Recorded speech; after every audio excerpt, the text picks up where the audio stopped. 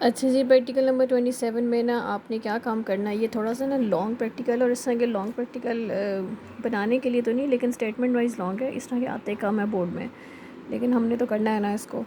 वो आपसे कह रहे हैं कि ग्रॉस सैलरी आपने कैलकुलेट करनी है और उसको आपने प्रिंट करवाना है, और उसके लिए उन्होंने 2 क्राइटेरिया दे दिए, ठीक है।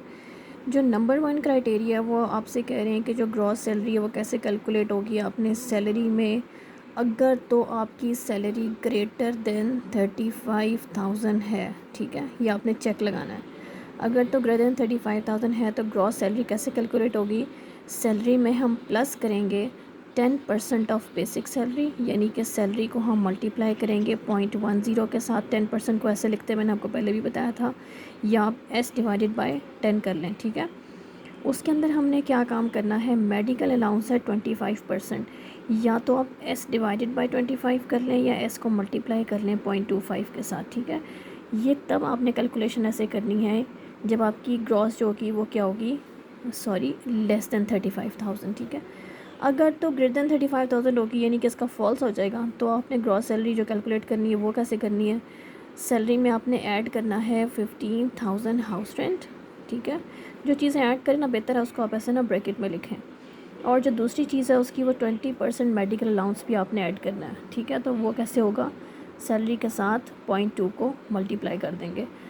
अब आपको समझ आ गई कि आपने जो इफ़ कंडीशन है उसमें ये लिखना है, if salary is less than 35,000 तो ग्रॉस सैलरी ऐसे कैलकुलेट होगी, और जो उसकी फॉल साइड है उस पर ग्रॉस सैलरी ऐसे कैलकुलेट होगी, और दोनों साइड्स को हमने करा लेना है प्रिंट। बहुत ही आसान है जी, इसका फ़्लो चार्ट भी और एल्गोरिदम भी मैं इसको आपके सामने ही ड्रॉ कर देती हूँ। हमने इनपुट में सिर्फ एक ही चीज़ लेनी है और वो है सैलरी, ठीक है।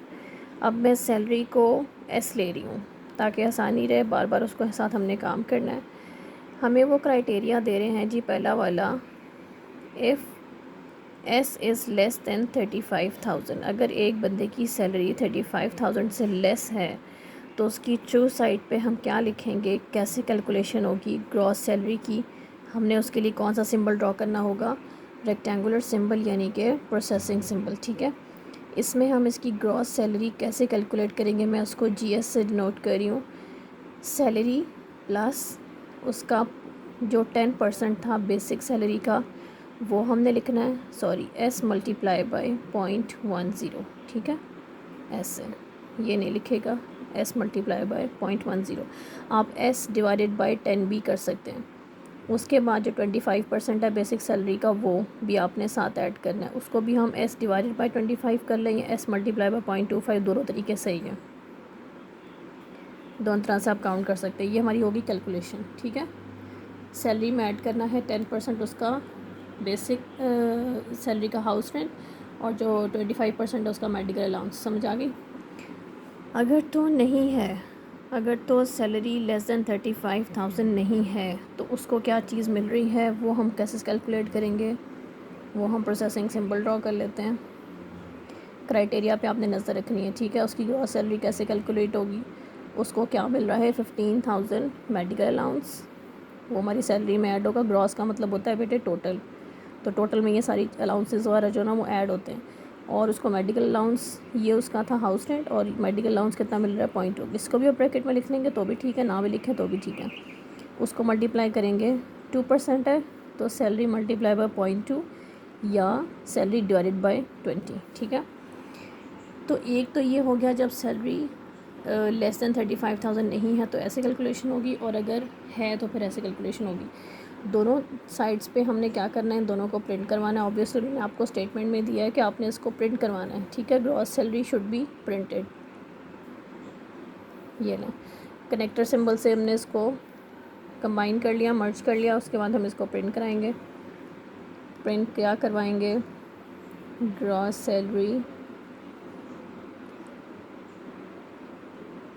इक्वल्स टू जीएस, ये जीएस की कैलकुलेशन हुई हुई है ना, इधर भी और इधर भी, ठीक है।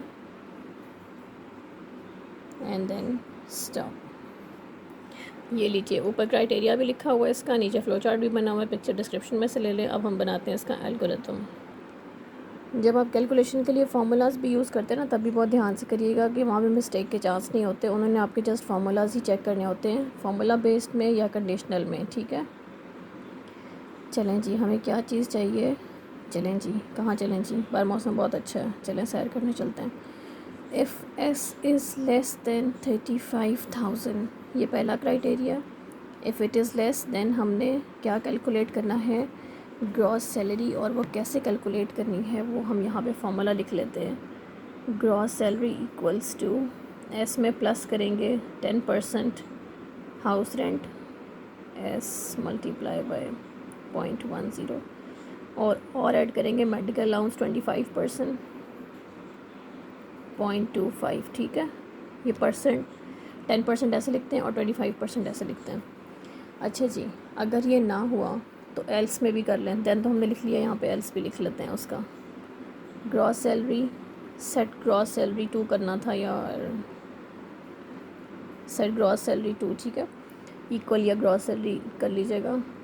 वो कैसे कैलकुलेट करेंगे, सैलरी में प्लस करना है 15,000 उसका हाउस रेंट, और एक और चीज़ ऐड करनी है, वो है उसका 2% मेडिकल अलाउंस, ठीक है। एस को मल्टीप्लाई कर दो 0.2 के साथ। लें जी, दोनों जब हो जाएंगे, या तो इफ़ वाला होगा हमारी आउटपुट या एल्स वाला होगा, दोनों केसेस में हमारे पास आउटपुट नीचे स्टेप नंबर 5 में आ जाएगी। Gross salary equals to, gross नहीं, हमने इसको जीएस से लिखा है, ग्रॉस से नहीं लिखा, ठीक है। और इसको कर देते हैं हम स्टॉप।